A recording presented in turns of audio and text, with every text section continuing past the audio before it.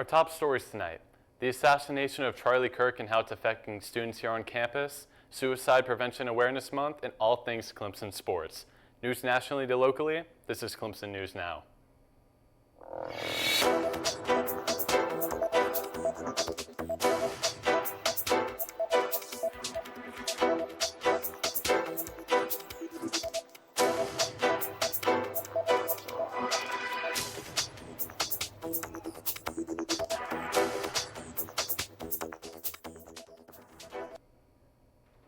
Thanks for tuning in. I'm Jackson Rhodes. And I'm Ashley Zukowski.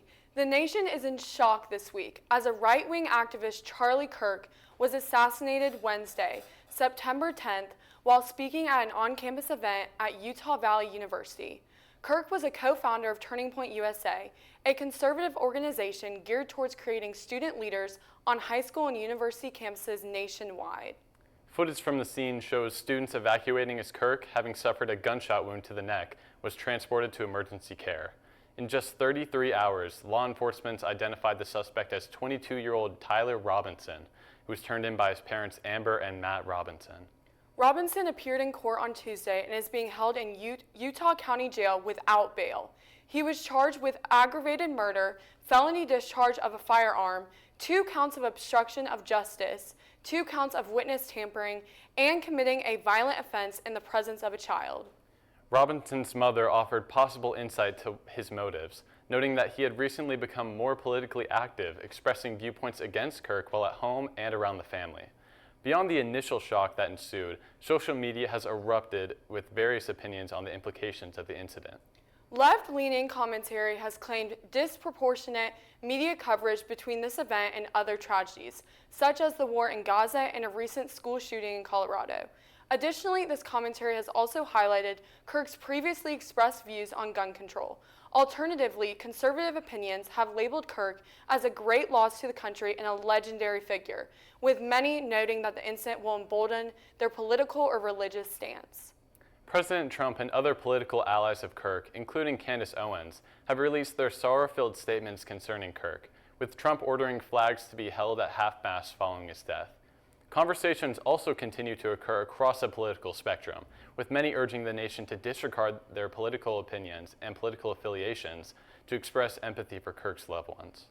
In Clemson, a unique pattern of discourse has developed as community members address various commentary about Kirk's death, specifically posted by 3 faculty members. Although they remained unnamed at this time, reports indicate that comments from the 3 faculty members in question were exposed as demeaning and making fun of Kirk's assassination. Of the 3, 1 has been terminated, with 2 being dismissed from their teaching duties thus far. University President Jim Clements has also weighed in on the situation, expressing that the university holds the right to decide a course of action for the faculty involved based on university ethical standards. Debate continues on whether the disciplinary actions will be grounded for prosecution from the faculty. Other varied reactions have ensued from the student body in the greater upstate. The Clemson chapter of Turning Point USA held a vigil on Wednesday evening following Kirk's death. Throughout the week, the College Republicans organization continued to encourage discussion about the event while hosting multiple tabling events on the library bridge. Outside the university, numerous political figures in South Carolina are weighing in on the incident. Among these are the Attorney General Law Alan Wilson, who called the comments vile and indecent, and the House of Representatives member Jordan Pace, who called for the defunding of Clemson University should they fail to punish the involved faculty. The final implications of the ongoing event are yet to be released, but more information regarding the results of the university board's decision will be brought to you as a decision is made. We now turn to sports reporter Julia Gabali, who has all the info you need to stay updated on all things Clemson athletics. Julia, what do you have for us? Thanks, Ashley. Clemson's week brought us some close calls, fiery words, and some signs that more work goes ahead, especially for the football team. The Tigers fell 24-21 at Georgia Tech on a dramatic 55-yard field goal as the time expired this past Saturday in Atlanta. Clemson couldn't pull away despite reclaiming the lead in the second half on a 73-yard touchdown pass from Klubnik to Brian Westcott Jr. Clemson is now 1-2 on their young season. After the Georgia Tech loss on Saturday, Sweeney pushed back hard against critics in the media. He reminded everyone of Clemson's recent success, ACC titles, playoff appearances, and national championship runs, and says those doubting were never really behind his program to begin with.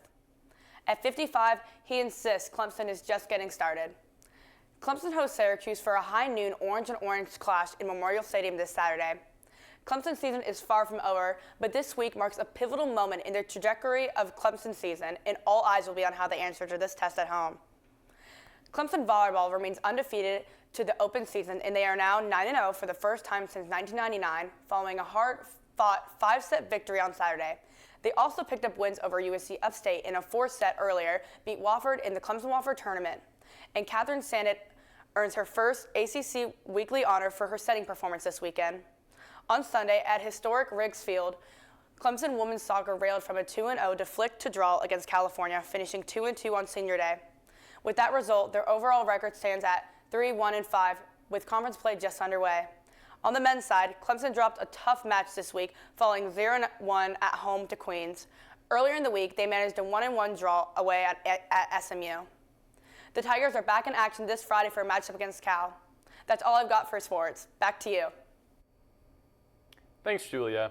September is Suicide Prevention Awareness Month, and with mental health being a large topic of conversation on campus, different sororities on campus have been pushing positivity this week. Kappa Kappa Gamma has been tabling on campus, spreading positivity and providing resources for those struggling with mental health, and other sororities of campus have been spreading positive quotes and messages on sticky notes, leaving them around campus for people to pick up and read. KKG's philanthropic focus is mental health and well-being. They strive to raise awareness for funds and mental health and well-being initiatives. The chapter's philanthropy in the JED Foundation focused on promoting mental health awareness and suicide prevention for teens and young adults. If you know someone who is struggling with mental health, don't be afraid to reach out to someone trusted or reach out to someone through online resources. Looking at student life, we're highlighting Illuminate Lives Clemson, a service-based nonprofit organization focused on making an impact in the Clemson community. Their mission statement is to support and empower children in foster care and to be a light in others' lives and illuminate the path forward for every child in foster care. This month, Illuminate Lives is running a September sweater drive where they're collecting sweaters, sweatshirts, and hoodies throughout September 29th. And boxes can be found on the 4th floor of the Cooper Library near the Pod Market. The East Coast wings Supreme Nutrition and Zeta Hall. The sweater drive supports Our Daily Rest in Seneca. The club works to help out communities in need in the Clemson area, such as the Calvary Home for Children's Foundation, Miracle Hill, and the Shriners Children's Hospital. Their Instagram, @Illuminate Lives Clemson, can help you stay updated on all the information regarding future service projects, and is a great way to see how your Clemson community is impacted. With the school year amping up, students can feel themselves stressed and overwhelmed. Finding healthy ways to manage stress and anxiety is more important than ever. The Botanical Gardens, located across from Lightsey Bridge, offers a peaceful escape from the campus chaos. The Botanical Gardens are charming gardens with beautiful flowers and scenery. You can visit with friends, enjoy the beauty together, or you could go by yourself and enjoy some much needed peace. The gardens also make a very calming study spot for all of your exams. With the leaves changing color, right now is the best time to visit. Check it out the next time you're in the area and give yourself a well-deserved break in one of the most peaceful spots on campus. Well, Ashley, you can't have a good scenery if you don't have good weather. Tony, what's the weather looking like this week? Well, Jackson, as the Tigers take on the Orange in Death Valley, you'll see blue skies with occasional clouds. High chances of rains have disappeared just in time for family weekend, but Saturday afternoon, the heat is here to stay. We're looking at temperatures in the high 80s through Saturday with lows in the mid-60s. As classes continue next week, there'll be a slight drop in temperatures, bringing the highs down to 84 and 83 degrees. You might want to play it safe and pack an umbrella for your walk past the finally full reflection pond on Tuesday, Wednesday, and Thursday. Chances for rain will start to rise to about 30% over the first stretch of this week. That's all I have for this week. Stay dry, stay cool, and as always, go Tigers. Back to you. Thanks, Tony. Our final story comes to you from the other Death Valley. At Louisiana State University, a new member of the Golden Band from Tigerland is marching in his golden years. 66-year-old Kent Broussard made his debut playing the tuba in the Tiger Band, accomplishing his childhood dream. Broussard dove headfirst into being an LSU Tiger, not only in the band, but by enrolling in classes, taking a full course schedule like his peers.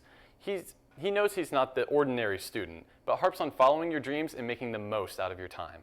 Well, Jackson, nothing could ever beat the band that shakes the Southland. That's all the news we have tonight, folks, nationally to locally. I'm Ashley Zukowski. And I'm Jackson Rhodes. Clemson News Now.